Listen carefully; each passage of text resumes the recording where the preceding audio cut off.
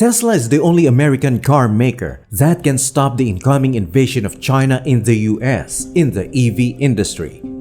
These are the views of renowned automotive analyst and engineer Sandy Munro, who is also the owner of the consulting firm Munro Associates. Munro's company, which specializes in disassembling cars to examine their structure, has examined hundreds of models, including the Chevrolet Bolt, Jaguar I-Pace, Tesla Model 3, and Tesla Model Y. Welcome back to Three Towers Investing Channel, the #1 channel that brings you the latest in finance, investment, and innovation.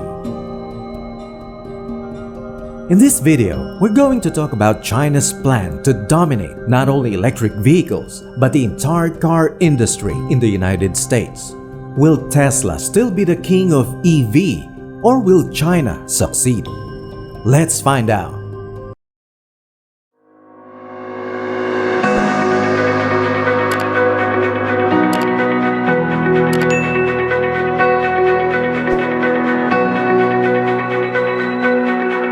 Automakers in the US didn't realize how seriously they needed to take electric cars until just lately.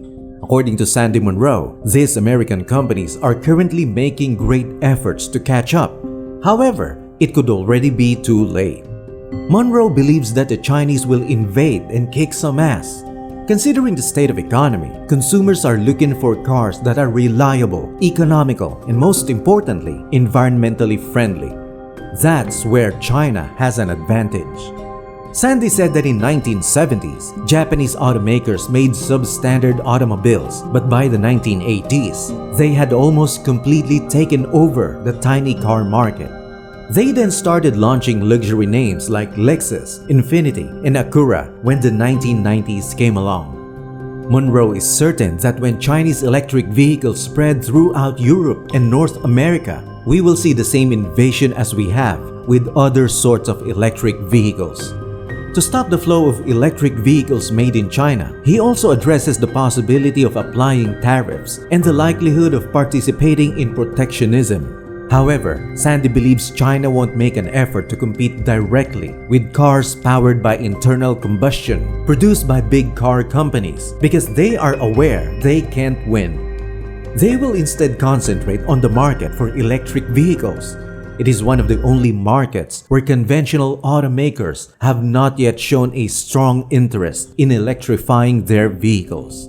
Sandy Munro is known for specializing in disassembling cars to examine their structure, so he bought and tested a crossover that was made in China.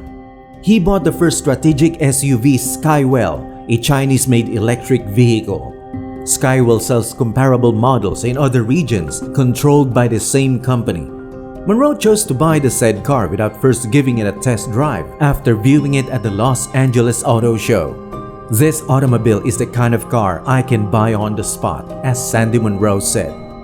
It is first imported into the US, processed there by customs, and then delivered to the company's owner. Canada is used for distribution in the United States.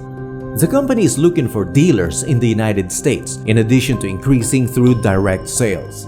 This suggests that the firm is interested in growing for business reasons. The company that sells these cars has its headquarters in Los Angeles and plans to offer electric cars that were made in this country, but they won't be on sale until the fourth quarter of 2022. Chinese automakers, according to Munro, want a piece of the tens of millions of vehicles sold each year in the United States. They want to accomplish it as quickly as they can. Munro claims that the current situation is comparable to the 1980s Japanese invasion of the American car sector. Japanese producers began to join the market at the time with less expensive products. As a result, they significantly reduced the market share held by American automakers. Munro has vast experience collaborating with significant Chinese and American automakers. He asserts that the Chinese will use all-electric vehicles with European build quality as their main weapon against American automakers. Furthermore, the United States is unable to match China's level of volume production. Conventional automotive companies looking at 10 to 15 years to migrate to all-electric vehicles can compete with Chinese firms that provide electric cars with the same performance and safety. Sandy Munro believes that there is now another company that competes with Tesla. However, Munro asserted that Tesla already outperforms every other brand in the country by a wide margin. They also put in a lot of effort to create new items to preserve and increase that edge. Munro gave the example of how Tesla employs smaller semiconductors, 55mm or smaller, from Taiwanese sources. While conventional automakers continue to rely on 10mm chips, which are scarce and made in Indonesia and Malaysia, Tesla can endure worldwide scarcity. Fortunate to have Sandy Munro with us right now. We have some questions for you, Sandy. We're talking about China coming, and this kind of reminds me of the 80s with Japan. I remember all of a sudden all these Japanese models were on the market. A lot of Americans were like, what is Nissan? What is Honda? They seem like joke cars, and yet they took over the market. Do you remember back in the 80s, like what was the car that was most impactful to you, the brand that was most impactful as the Japanese car market started to ramp up here in America? I remember everything crystal clear because I was your age then. The Japanese invasion happened really quickly, much faster than anybody could possibly imagine. And I was working at Ford at that time. Ford had a real miserable time trying to put out a small car that wouldn't fall apart, you know, on your way to the drugstore. These vehicles were absolutely pure crap. They had taken the MBA philosophy, if you like, to the max. And what they were doing was anything that got out the door was good to sell. And profit, well, we're gonna make our profit on spare parts. When I was at Ford, I listened to a speech from Henry II, Henry the Deuce is what they called him there, and he said, the Japanese can have the small car market. We don't need it, we don't want it, let them have it. They'll never make any money at it, and they'll never understand the big car market or the luxury car market or the pickup truck market. And sitting right next to him, right beside him, was Lee Iacocca, because he was still there at the time. What I remember was seeing the very first Toyota live and in person. So I had a Morgan Super Sport, and it was a really fast English hand-built sports car, and I was racing it and things like that. And I pulled into the parking lot. I was working as a tool maker, pulled into the parking lot at Valiant Machine Tool, and a guy pulled in next to me. And I looked at it and I said, what in the world is that? He says, I just bought it, and it was like my car, let's say, was X.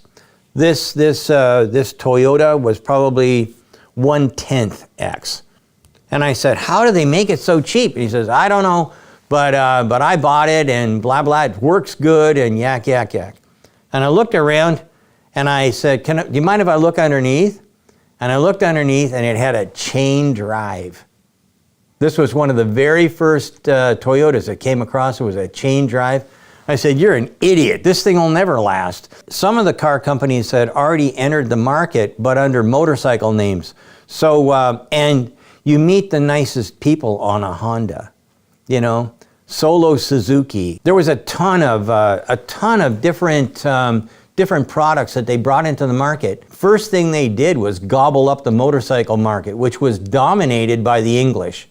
And that disappeared in it seemed like seconds, but it was probably something like a few years. And then their cars started showing up. Now I was like 2 or 3 years, and now I was at Ford, and I'm telling you what, they devastated. They mopped the floor with the American car companies. At that time, in that era, 55% of the market belonged to General Motors alone.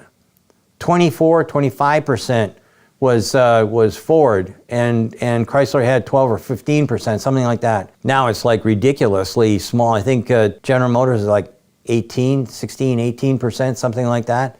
Amazing. And that all happened within 5 or 6 years. Between the oil embargo and the fact that gasoline was hugely expensive, it went from like a quarter a gallon to $2.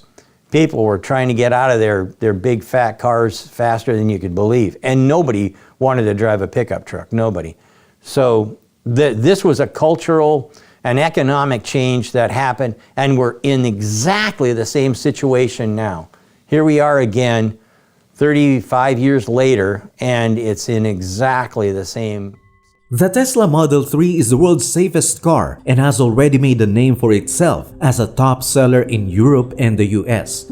Despite the supply chain challenges and competition it has encountered over the past few years, Tesla has become a significant participant in the EV sector. From January to May 2022, Tesla registered almost 180,000 battery electric vehicles in the US. That 180,000 is up 66% year over year for Tesla. At its primary Fremont facility, Tesla experienced its first expansion. Up until the opening of Giga Shanghai, all of their cars were produced in this plant for all markets. They were able to open up to the Chinese market and sell to other European countries. Thanks to the assistance of Giga Shanghai, within a few years, that facility will be producing more vehicles than Fremont. Tesla has spent the past 2 years constructing its two newest facilities, Giga Texas and Giga Berlin. Tesla now has 4 factories. 2 are exclusively making the Model Y but will be expanding quickly. At Giga Berlin, Tesla has filed for more land to expand. At Giga Shanghai, Tesla is said to be building a second factory. Tesla has planned to upgrade the existing plant to a capacity of 21,000 EVs per week. Deliveries decreased from the prior quarter in the most recent quarter for Tesla. Deliveries decreased for the first time in a while, and it is obvious that Giga Shanghai's forced closure for a few weeks is to blame. Tesla nevertheless outpaced its rivals in terms of vehicles deliveries with 254,695 units. The month of June 2022, according to Tesla, has the greatest monthly vehicle manufacturing rate ever. With Giga Texas and Berlin growing, they ought to be prepared for another record quarter, assuming all goes as planned. Since Tesla has the greatest experience with EVs, people enjoy the new technology, the charging infrastructure, the range, and their dependability on them. However, most importantly, they are available. Although Tesla is still the one in the lead, Sandy Munro said they need to preserve its position and exercise extreme caution.